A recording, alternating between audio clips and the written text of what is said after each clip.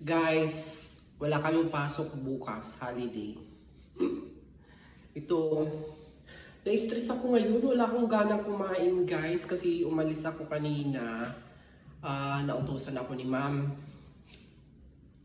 na kung yung ano niya, kape.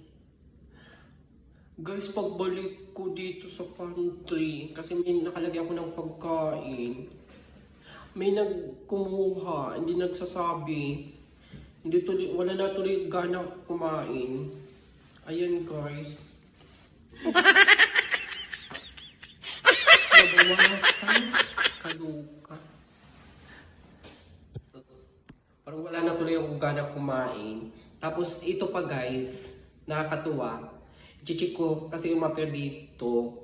May nag-message sa akin. Yung staff ko doon. Babasahin ko guys kung ano yung message niya sa akin. Yung staff ko dun sa 35, ayan siya. Oh. Local to guys. Sabi niya sa akin, "Hello Romel, there is some packaged food in the fridge. You can take and enjoy it." Diba guys? Nakakatuwa. Grabe. Ayan guys, oh. Nakikita nyo? Parang labo. Parang hindi nakikita guys. Wait lang. I-check ko nga yung pagkain binigay sa akin ni sir. Ayan o. Oh, dalawa siya guys. Ano kaya yung isang malaki saan? Wait lang guys. Titingnan ko muna. Kung ano ito. Ano kaya naman dito guys? Wala naman ito. Ito. Wow! Salad!